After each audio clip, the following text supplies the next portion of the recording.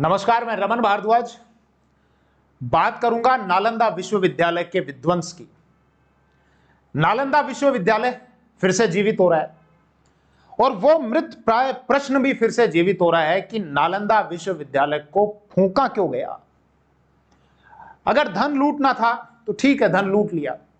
बहुत सारे बौद्ध भिक्षुओं को मार डाला गया, जो विद्यार्थी थे यहां पर अध्ययनरत उनको मार डाला गया, यहां तक तो ठीक था। लेकिन जैसा बताया जाता है कि यहां के पुस्तकालय में 90 लाख के लगभग पुस्तकें और पांडुलिपियां थी। वो ज्ञान था, वो सदियों का ज्ञान था जिसको संकलित करके रखा गया था, जो भविष्य के लिए और वर्तमान के लिए कितना काम में आ सकता था, कुछ ही क्षण में उसको फूंक कर रख दिया गया। यह बताया जाता है कि जब इसको जलाया गया तो कुछ सोर्स कहते हैं कि 3 महीने तक आग सुलगती रही, कुछ कहते हैं 4 महीने तक, कुछ कहते हैं 5 महीने तक। खैर, जो भी रहा, अगर इस ज्ञान को नहीं फूंका जाता तो वर्तमान और भविष्य की पीढ़ियों के लिए बहुत काम आ सकता था। सवाल यह मन में आता है कि नालंदा विश्वविद्यालय को क्यों फूंका गया। जैसा जो तथाकथित इतिहासकार हैं, 2 धड़ों में बंट जाते हैं। एक ये कहते हैं कि नहीं, यहां पर केवल धन को लूटना था इसीलिए इसको फूंका गया, जबकि एक ये कहते हैं नहीं, यहां पर धार्मिक कट्टरता वाला एंगल था इसलिए इसको फूंका गया। तो इसी विषय पर बहुत डिटेल से बात करेंगे कि इसको फूंकने का, लूटने का जो कारण था, क्या वो धन की प्राप्ति था जैसा ये कहा जाता है। और खैर, ये था भी कि जो मंदिर थे उन मंदिरों में बहुत बड़ी धनराशि हुआ करती थी और उस धन की प्राप्ति के लिए वहां पर अटैक किया जाता था, उनको लूटा जाता था। वहां तक तो ठीक था, फिर तोड़ा क्यों जाता था, मूर्तियों को क्यों तोड़ा जाता था। इन दोनों एंगल पर बात करूंगा। दूसरा सवाल ये कि क्या नालंदा विश्वविद्यालय ही एकमात्र ऐसा शिक्षा का केंद्र है जिसके साथ ऐसा हुआ, जिसको तहस नहस किया गया, जिसको फूंका गया, या और भी थे। विग्रहराज चौहान फोर्थ के द्वारा बनाया हुआ अजमेर में सरस्वती कंठाभरण पाठशाला, या भीनमाल में उस समय शिक्षा का बहुत बड़ा केंद्र था, चीनी यात्री वेनसांग जो नालंदा विश्वविद्यालय गया था और वहां भीनमाल में भी गया था, उसने अपनी यात्रा का जो वृतांत लिखा है उसमें उसकी जानकारी दी है, वो भी बहुत बड़ा केंद्र था। अलाउद्दीन खिलजी ने तहस नहस कर दिया उसको। अजमेर वाला जो शिक्षा का केंद्र था, कुतुबुद्दीन ऐबक ने तहस नहस कर दिया उसको। सोर्सेज के साथ बात करूंगा, किन विषयों पर बात करने वाला हूं इस वीडियो में, पहले वो दिखा देता हूं, उसके बाद आगे चलेंगे। विग्रहराज चौहान फोर्थ, दिल्ली शिवालिक स्तंभ लेख, यहां नीचे कुछ पंक्तियां हैं 1163 ईस्वी की, क्या जानकारी देती हैं, बात करूंगा। अजमेर में एक मस्जिद है, 2.5 दिन का झोपड़ा कुतुबुद्दीन ऐबक ने बनाया। इसके संबंध में कहा जाता है विग्रहराज चौहान ने एक स्कूल बनाया था, सरस्वती कंठाभरण पाठशाला। जरा इस पर गौर करना, ये नृत्य की मुद्रा में कुछ आकृतियां बनी हुई हैं। एक पुल जो चित्तौड़ में गंभीरी नदी पर बना हुआ है, ये उसके सोर्सेज। रणथंभौर से रिलेटेड, वहां पर भी शिक्षा के कुछ केंद्र, मंदिर वगैरह, उसके सोर्सेज। इसके अलावा जालोर कुछ सोर्सेज, कुंभलगढ़ कुछ सोर्सेज। एक सोर्स मासिर आलमगिरी, औरंगजेब के शासनकाल से संबंधित, औरंगजेब के सेक्रेटरी इनायतुल्लाह खां के कहने पर लिखा साकी मुस्तैद खान ने, page number 60, page number 115, 116, 117, page number 108 और पेज नंबर 120 क्या जानकारी देते हैं।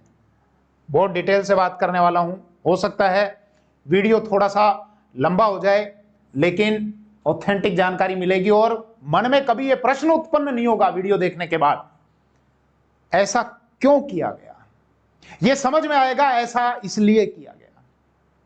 ध्यान दीजिए, आर्टिफिशियल इंटेलिजेंस से तैयार की गई कुछ इमेजेस, ये आर्टिफिशियल इंटेलिजेंस ने तैयार की कि नालंदा विश्वविद्यालय की लाइब्रेरी इस प्रकार से रही होगी। बहुत बढ़िया इमेजेस तैयार की हैं। नालंदा विश्वविद्यालय का भवन ऐसा बताया जाता है कि 9 मंजिला भवन था, जो लाइब्रेरी थी बहुत विशाल थी। उस लाइब्रेरी में 90 लाख के लगभग पुस्तकें, पांडुलिपियां थी। यहां पर 10,000 विद्यार्थी, हालांकि संख्या अलग अलग सोर्स में अलग अलग हो सकती है, तो मोटा मोटी हम पकड़े तो 8 से 10,000 बोल सकते हैं। इतनी बड़ी संख्या में यहां पर विद्यार्थी थे, अध्ययन किया करते थे, और प्रत्येक 5 विद्यार्थियों पर एक शिक्षक हुआ करता था। तो इसका मतलब 2000 के लगभग शिक्षक हुआ करते थे। तो अगर 10,000 विद्यार्थी, 2000 शिक्षक, 10 2 12,000, तो 12,000 लोग अगर एक साथ कैंपस में हैं, कितना विशाल कैंपस होगा। उनके लिए रहने की सुविधा थी, मतलब विद्यार्थियों के लिए यहां पर निशुल्क आवास, भोजन, निशुल्क शिक्षा, एडमिशन प्रोसेस तर्क के आधार पर कि आप आइए, तर्क करिए, तर्क से आपकी योग्यता का आकलन किया जाएगा, योग्य हैं तो प्रवेश मिलेगा। और केवल वर्तमान जो भारत देश है यहीं के विद्यार्थी नहीं थे, वर्तमान दुनिया के बहुत सारे देश, आज के बहुत सारे देश, चीन, जापान, इंडोनेशिया, म्यांमार, श्रीलंका, केवल पूर्वी देश ही नहीं, वर्तमान भारत में जो पश्चिम की ओर देश आते हैं, अफगानिस्तान या फारस की तरफ आप चले जाइए, बहुत सारे देशों में अपनी ज्ञान पिपाशा को शांत करने के लिए जो शोध करना चाहते थे, जो अध्ययन करना चाहते थे, ऐसे बहुत बड़ी संख्या में ऐसे लोग यहां पर अध्ययन के लिए आया करते थे। तो शिक्षा का बहुत बड़ा केंद्र था। जनरली हम ये देखते हैं कि जो विदेशी आक्रांता थे, इनके साथ में जो लेखक आया करते थे, वो सामान्यतः दूसरे पक्ष की तारीफ नहीं किया करते थे, लेकिन फिर भी यहां पर अगर आप ये देखेंगे तो एक सोर्स है तबकात ए नासिरी, जो मिनहाजुद्दीन सिराज के द्वारा लिखा गया है। 1260 तक का इतिहास देखने को मिलता है। दिल्ली सल्तनत का जो सुल्तान था नासिरुद्दीन मोहम्मद, उसको समर्पित यह किताब लिखी गई है। किसके द्वारा? मिनहाजुद्दीन सिराज के द्वारा, जिसने बलबन का भी कुछ शासनकाल देखा, इल्तुतमिश का शासनकाल देखा, रजिया का शासनकाल देखा। इसने यह बताया कि बख्तियार खिलजी ने जो अटैक किया था, बख्तियार खिलजी के बिहार अभियान, ये बख्तियार खिलजी का ये बिहार, आप बिहार बोल लो, बंगाल बोल लो, ये बहुत बड़ा सेंटर जहां पर छोटे छोटे कई भागों में बटा हुआ था, यहां पर अपना अभियान चलाया। इस बिहार अभियान की जानकारी तबकात नासिरी में है, और उसमें केवल नालंदा विश्वविद्यालय के बारे में यह लिखा हुआ है कि यह उस समय बहुत बड़ा शिक्षा का बहुत बड़ा केंद्र हुआ करता था। हालांकि ज्यादा डिटेल से जानकारी नहीं है, लेकिन यह तो लिखा हुआ है कि बहुत बड़ा केंद्र हुआ करता था। खैर, थोड़ा सा और परिचय लेते हैं। नालंदा विश्वविद्यालय ये जो शिक्षा के केंद्र के रूप में है, जनरली हम पढ़ते हैं तो ये जानकारी मिलती है कि 427 ईस्वी के लगभग जो गुप्त शासक थे, कुमार गुप्त प्रथम, जिनकी उपाधि थी महेंद्रादित्य, उनके द्वारा इस नालंदा विश्वविद्यालय की स्थापना की गई। कब? 427 ईस्वी। मतलब उस समय स्थापना की गई थी जब वर्तमान दुनिया के बहुत सारे धर्म अस्तित्व में भी नहीं आए होंगे। हालांकि नालंदा विश्वविद्यालय शिक्षा के केंद्र के रूप में पहले भी रहा। यूनिवर्सिटी कब बनाया, मतलब बड़ा केंद्र कब बनाया गया? 447 ईस्वी के लगभग। लेकिन यह बड़ा केंद्र ईसा पूर्व से पहले तक था, और 1193 ईस्वी में बख्तियार खिलजी ने इसको लूटा। बहुत बड़ी संख्या में जो यहां पर विद्यार्थी थे, जो यहां पर शिक्षक थे, उनको मार डाला गया, और जो ज्ञान का भंडार था, जो यहाँ की लाइब्रेरी थी, उस लाइब्रेरी को फूंक कर रख दिया। ये देखो, कुछ उसके अलग अलग नाम भी थे यहाँ की लाइब्रेरी के। बहुत बड़ा सेंटर था। रत्न सागर, रत्नोदधि और रत्न रंजक, ये कुछ अलग अलग नाम थे यहाँ की लाइब्रेरी के। बख्तियार खिलजी कौन? मोहम्मद गोरी की सेना का एक कमांडर। सैनिक पॉइंट ऑफ व्यू से देखा जाए तो योग्य, लेकिन इस पर एक सबसे बड़ा दाग ये लगा, नालंदा विश्वविद्यालय में ज्ञान के भंडार को फूंक दिया। 1193 ईस्वी, हेलमंद अफगानिस्तान में इसका जन्म हुआ था। 1206 ईस्वी के लगभग इसकी डेथ हो गई। लास्ट अभियान तिब्बत की तरफ इसने चलाया था। हालांकि इतिहासकार वही है, 2 3 4 धड़े हो जाते हैं, कुछ क्या बात करते हैं, कुछ क्या बात करते हैं। सामान्यतः माना जाता है कि बीमारी से 1206 ईस्वी के लगभग इसकी डेथ हो गई थी। खैर, हमको बात करनी है नालंदा विश्वविद्यालय। पहला सवाल है, जिन सवालों का जवाब ढूंढने के लिए हम यहां पर हैं, नालंदा विश्वविद्यालय को लूटने के बाद फूंका क्यों गया? इतिहासकारों का एक धड़ा कि धन प्राप्त करना था, इसीलिए लूटा गया और जलाया गया। जलाने से कौन सा धन मिलेगा? इतिहासकारों का दूसरा धड़ा जो ये कहता है कि नहीं, यहां पर धार्मिक कट्टरता थी, उसके कारण इसको फूंक दिया गया।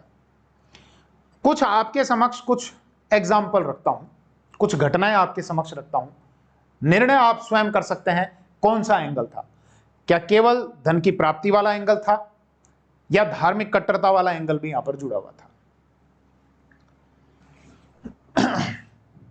अजमेर के चौहान शासक विग्रहराज चौहान फोर्थ, ये एक स्तंभ लेख है। स्तंभ मतलब पिलर, पिलर पर कोई लेख लिखा हुआ। मौर्य शासक अशोक के समय का है। मतलब ईसा पूर्व से पहले का, ईसा पूर्व का है।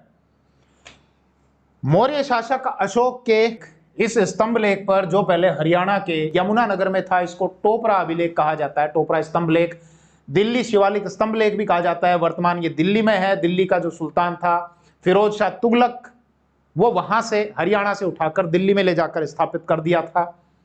मोटी मोटी बात यह है कि यहां पर नीचे एक लेख लिखा हुआ है। अब गूगल से मुझे ये इमेज मिली, मैं कभी देखने के लिए नहीं गया, सोर्स को पढ़ा है। हो सकता है ये इमेज उसी की हो, दिल्ली शिवालिक स्तंभ लेख की। अगर है तो जाकर देखना, नीचे कुछ लेख लिखा हुआ है। 11 अप्रैल 1163 ईस्वी का अर्णोराज चौहान का, सॉरी विग्रहराज चौहान का। विग्रहराज चौहान ये कहते हैं कि मैंने इस आर्यव्रत को, मतलब इस आर्य भूमि को मलेच्छों से मुक्त कर दिया है, मलेच्छों से रहित कर दिया है। और अपने उत्तराधिकारियों से भी ये कहूंगा कि इनको अटक के उस पार तक ही सीमित रखें। इनका एक दरबारी कवि था सोमदेव, उसने किताब लिखी विग्रहराज, ललित विग्रहराज। उससे जानकारी मिलती है कि जिस मलेच्छ को ये पराजित करने की बात करते हैं उसका नाम खुसरू शाह था। उसमें लिखा हुआ है खुसरू शाह। इनके द्वारा, विग्रहराज चौहान फोर्थ के द्वारा एक विद्यालय बनाया गया था। उसमें माता सरस्वती की मूर्ति लगी हुई थी, इसलिए उसको सरस्वती कंठाभरण पाठशाला कहा जाता था। बाद में अजमेर के चौहान शासक बने पृथ्वीराज चौहान थर्ड, 1177 से 1192 ईस्वी तक। 1192 में तराइन का दूसरा युद्ध हुआ, वो पराजित हुए। कुतुबुद्दीन ऐबक ने उस संस्कृत सरस्वती कंठाभरण पाठशाला को तुड़वाकर उसके स्थान पर 2.5 दिन का झोपड़ा बनाया, जैसा जानकारी मिलती है। इतना बड़ा सेंटर था ये भी कि यहां पर पृथ्वीराज चौहान थर्ड के समय 85 विषयों का अध्ययन कराया जाता था। जैसा हम नालंदा विश्वविद्यालय में देखते हैं कि वहां पर केवल धार्मिक शिक्षा नहीं दी जाती थी, मैथमेटिक्स हो, साइंस हो, ज्योतिष हो, या आपका खगोल की शिक्षा हो, ग्रामर की शिक्षा हो, बहुत सारे विषयों की वहां पर शिक्षा दी जाती थी। यहां के संबंध में जानकारी मिलती है कि सरस्वती कंठाभरण पाठशाला में पृथ्वीराज चौहान थर्ड के समय 85 विषयों का, 85 विषयों का अध्ययन कराया जाता था। ये 2.5 दिन का झोपड़ा, आप जाएं तो देखना, कुछ यहां पर आपको ये नृत्य की मुद्रा में ये कुछ मूर्तियां, यानी अभी ऊपर का जो पार्ट तोड़ा गया था, नीचे अभी भी बहुत सारे प्रतीक आपको ऐसे मिल जाएंगे जो देखने पे लगेंगे कि ये सनातन संस्कृति से जुड़े हुए हैं। आगे बढ़ते हैं, चित्तौड़ में जाइए। गंभीरी नदी पर एक पुल बना हुआ है, बहुत प्राचीन पुल है। गौरीशंकर, इतिहासकार गौरीशंकर हीराचंद ओझा अपनी किताब उदयपुर राज्य का इतिहास भाग 1 में इसकी जानकारी देते हैं और एक सोर्स को और कोट करते हैं, जेपी स्ट्रेटन का Chittor and the family of Mewar, page number 67। Gaurishankar Hirachand Ojha ये कहते हैं कि इसको अलाउद्दीन खिलजी के बेटे खिज्र खान ने बनाया था। अलाउद्दीन खिलजी ने जब चित्तौड़ पर अटैक किया था 1303 में, 28 जनवरी 1303 को दिल्ली से चला था। 26 अगस्त 1303 को चित्तौड़ पर उसका अधिकार हो गया था। यहाँ जीतने के बाद अपने बेटे खिज्र खां को सौंप दिया चित्तौड़ का नाम बदलकर खिजराबाद कर दिया। गौरीशंकर हीराचंद ओझा ये कहते हैं कि इसका जो निर्माण है वो खिज्र खां ने कराया था और इसके निर्माण में चित्तौड़ के दुर्ग के अंदर जो बहुत सारे हिंदू और जैन मंदिर थे उनके अवशेषों को काम में लिया गया है। सोर्स अभी मैं आपको दिखा दूंगा। हालांकि जेपी स्ट्रेटन ये कहते हैं नहीं, इसका निर्माण हरि सिंह ने कराया था। गौरीशंकर हीराचंद ओझा ये कहते हैं हरि सिंह कभी भी चित्तौड़ के शासक बने ही नहीं थे और इसका जो निर्माण है वो सार्वजनिक शैली में है, जो एक मुस्लिम शैली है। इसीलिए ओझा के हिसाब से और भी बहुत सारे जो वहां लोग आपको बताते हैं इसका निर्माण खिज्र खां ने कराया था और उन वहां चित्तौड़ के दुर्ग में जो मंदिरों के अवशेष थे उनसे। तो क्या यहां पर पत्थरों की कमी थी? ध्यान देना।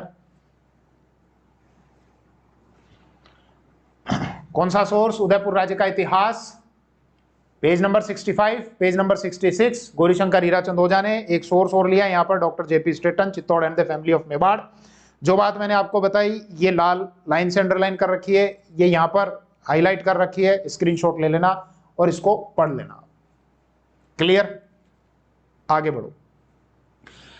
जैसे बख्तियार खिलजी ने नालंदा विश्वविद्यालय को लूटा, हत्याएं की और जलाकर राख कर दिया, उसी प्रकार जालोर में, वर्तमान जालोर में, जालोर के निकट भीनमाल एक बहुत बड़ा सेंटर हुआ करता था। भीनमाल पर आप आइए। ये जालोर का फोर्ट, इसके निकट भीनमाल। घटना क्या है, अभी सोर्स दिखा दूंगा। 1308 ईस्वी में अलाउद्दीन खिलजी ने शिवाना के दुर्ग पर अटैक किया। जालोर को जीतने से पहले शिवाना को जीतना जरूरी था। शिवाना का शासक था सातल देव या शीतल देव। 1308 में अलाउद्दीन खिलजी का अधिकार हो गया। अधिकार होने के बाद बाड़मेर को घेर लिया गया। भीनमाल जो प्रमुख शिक्षा का केंद्र था, उस केंद्र को तहस नहस कर दिया गया। इधर देखिए ये सोर्स, राजस्थान का इतिहास, गोपीनाथ शर्मा, पेज नंबर 152। ये जानकारी मिली है कि उसको शिवाना को जीता और फिर खैराबाद कर दिया।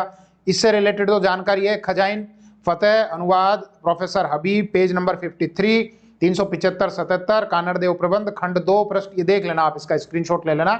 आगे उन्होंने इस युद्ध के बाद की बात बता रहा हूं, 1308 में जब शिवाना को जीता तो उन्होंने, मतलब अलाउद्दीन खिलजी की सेना ने बाड़मेर को, वर्तमान जो बाड़मेर है, उसको घेरा तथा सांचौर के महावीर मंदिर को तोड़ा। भीनमाल जो चौहान कालीन विद्या का केंद्र था, उसे नष्ट किया गया तथा हजारों ब्राह्मणों को बंदी बना लिया गया। ये दूसरा सोर्स। तो जैसा बहुत सारे इतिहासकार ये कहते हैं कि नहीं, यहां तो केवल धन लूटना उद्देश्य था, जो बहुत सारे इतिहासकार लिखते हैं, धन लूटना अगर उद्देश्य था तो धन लूटने पर शांत हो जाना चाहिए था। शिक्षा के केंद्र को, जो सबके काम आ सकता था, उनको तहस नहस करने का कोई अर्थ, औचित्य समझ में नहीं आता। केवल शिक्षा के केंद्रों के साथ ही ऐसा होता था क्या? नहीं, मंदिरों के साथ होता था। बहुत सारे सोर्स अभी रखूंगा आपके सामने। जानकारी मैंने दे दी थी। मासिर आलमगिरी औरंगजेब के शासनकाल का सोर्स है। इसका सेक्रेटरी था इनायतुल्लाह खां। उसके कहने पर साकी मुस्तैद खान ने इसको कंपाइल किया। पेज नंबर 60, यहां पर जानकारी मिलती है। मथुरा में एक मंदिर था, केशव राय का मंदिर। अब केशव राय के मंदिर के संबंध में मैं बोलकर भी बता सकता हूं। मैं एक काम करता हूं, इसको पढ़ता हूं, उसका ट्रांसलेट करके आपको समझाता हूं। Page number 60, chapter number 13।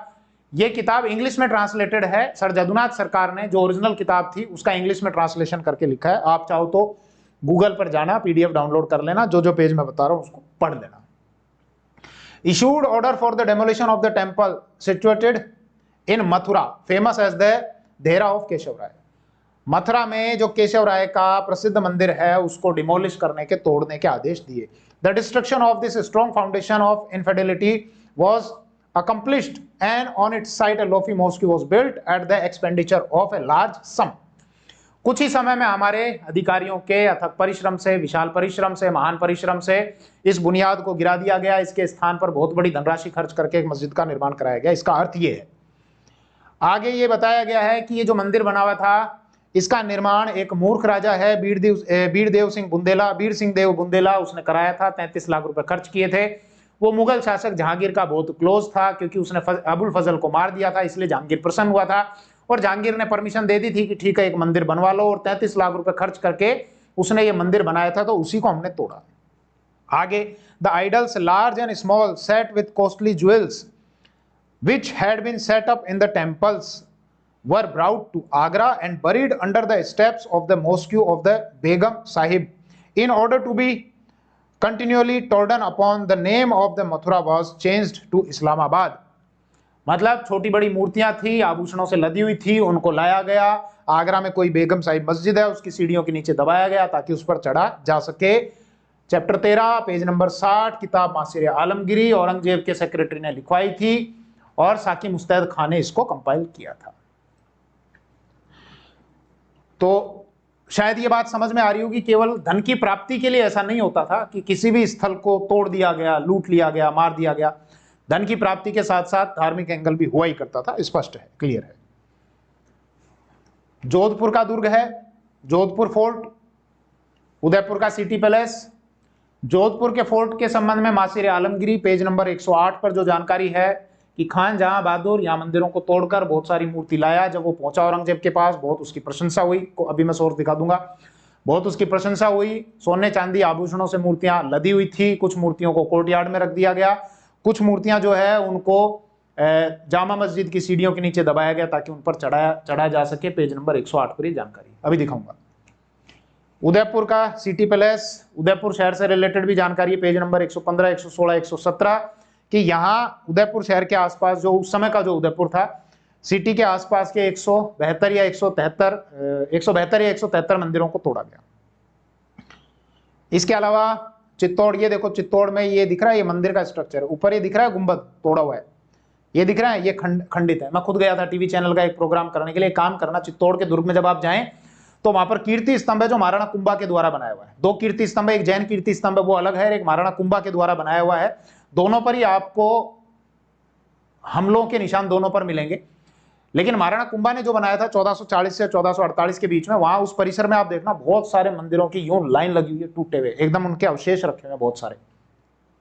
तो जैसा गौरीशंकर हीराचंद ओझा ये कहते हैं कि जो वो पुल बताया था गंभीरी नदी के ऊपर, उसमें बहुत सारे जो पत्थर हैं उन पत्थरों को वहां पर लगाया गया है। तो पत्थर तो बहुत सारे पहाड़ी इलाका कहीं से भी ले लिए जाते हैं, लेकिन वही लेने जरूरी थे। खैर यहाँ पर चित्तौड़ से रिलेटेड भी वही पेज नंबर 115, 116, 117 मासिर आलमगिरी जानकारी दी गई है। यहाँ के 63 मंदिरों को तोड़ा गया, जाके देखना बहुत सारे खंडर ही खंडर पड़े हुए हैं। मैं गया हूँ।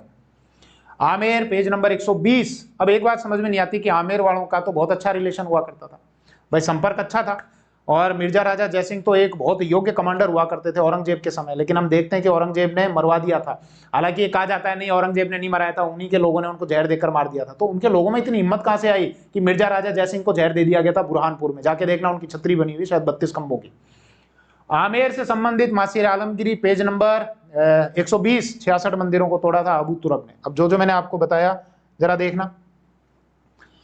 पेज नंबर 108, 109 जोधपुर से रिलेटेड, खान जहां बहादुर आया जोधपुर से मंदिरों को तोड़ने के बाद, कुछ मूर्तियां लाया था और ये हाईली प्रेज्ड, प्रशंसा उसकी की गई। ये देख लेना जो मैंने बात आपको बताई। फिर ये आगे है step of the under the step of the Jama mosque to be trodden on, उन पर चढ़ा जा सके। जामा मस्जिद की जो सीढ़ी है उस पर दबाया गया। पेज नंबर 120 जो मैंने आमेर से रिलेटेड बताया था, अबू तुरब ने यहाँ पे मंदिरों को तोड़ा। कितने मंदिरों को तोड़ा? 66 मंदिरों को। स्क्रीनशॉट ले लेना। 24 जनवरी 1680 2 मुहर्रम, एम्परर मतलब बादशाह, उस समय जो मुगल शासक था औरंगजेब, उदय सागर झील के आसपास में गया था। यहाँ पर उदय सागर झील जो महाराणा उदय सिंह ने बनाई थी, महाराणा प्रताप के जो पिता थे, आसपास में 3 मंदिर थे, इन 3 मंदिरों को तोड़ा गया। इसके अलावा 29 जनवरी 7 मुहर्रम 172 मंदिरों को तोड़ा गया उदयपुर शहर के आसपास जो मैंने आपको बताया। और 22 फरवरी 1 सफर एम्परर गया, चित्तौड़ घूमने के लिए गया और यहां पर 63 मंदिरों को तोड़ने का आदेश दिया। आ गया हो। चलो ये रानी कर्णावती से रिलेटेड भी है। वैसे गुजरात का शासक बहादुर शाह जब यहाँ पर अटैक कर रहा था 1534 और 1535 में उसने अटैक किया था। 2 बार अटैक किया था, तो एक बार तो संधि करके वापस चला गया था। दूसरी बार जब वो यहाँ अटैक करने के लिए आया तो रानी कर्णावती ने मुगल शासक हुमायूं को लेटर लिखा था, अपने दूत भेजे थे हेल्प के लिए। कुछ लोग कहते हैं राखी वेजीर, राखी बांदीर वगैरह बहुत सारी चीजें प्रचारित की जाती हैं, दुष्प्रचारित की जाती हैं। खैर अपने दूत भेजे थे सहायता के लिए। हुमायूं भी आ रहा था, लेकिन बहादुर शाह ने एक लेटर लिखा, तो ये भी समझ में आएगा धार्मिक एंगल था। बहादुर शाह ने यह लिखा कि मैं इस समय जिहाद पर हूं और काफिरों के विरुद्ध अगर तुम मुझसे युद्ध लड़ोगे तो ऊपर जाकर अल्लाह को क्या मुंह दिखाओगे, और वो वहीं पर रुक गया।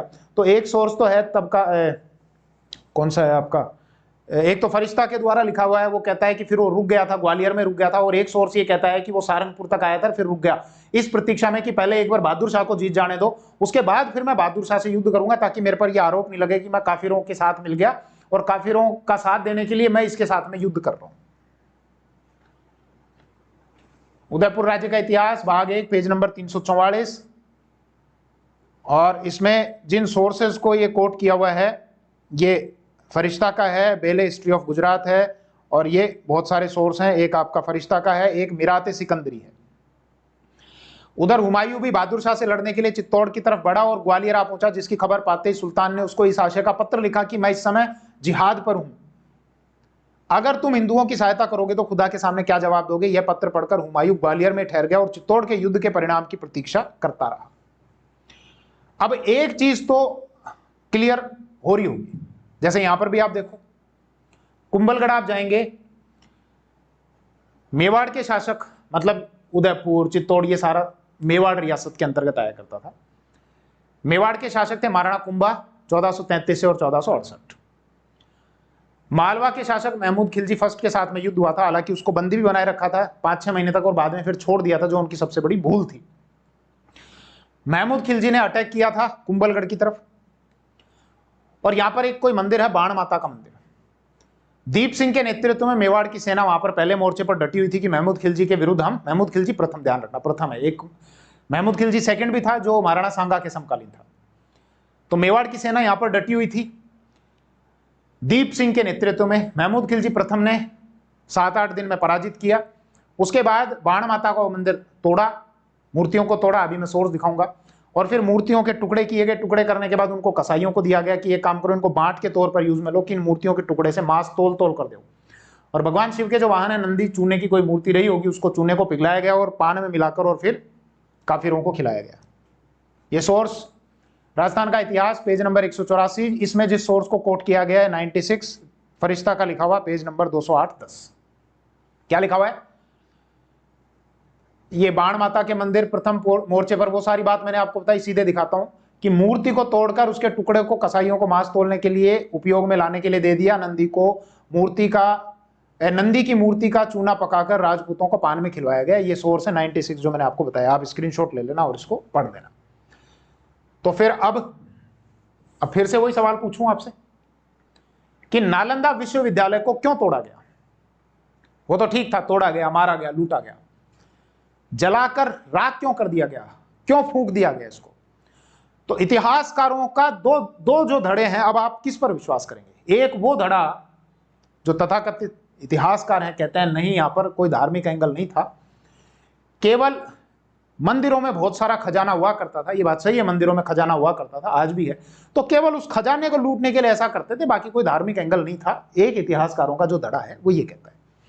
दूसरा जो धड़ा है वो कहता है नहीं, केवल लूटपाट वाला एंगल नहीं था, खजाना प्राप्ति वाला एंगल नहीं था, यहां पर धार्मिक कट्टरता वाला एंगल था। तो मैंने आपके समक्ष बहुत सारे एग्जाम्पल रख दिए। अब आप स्वयं निर्णय करें कि कौन सा एंगल था, क्या केवल एक एंगल था, ये वाला या ये वाला, या दोनों एंगल हुआ करते थे। इस वीडियो में इतना ही। थैंक यू, जय हिंद।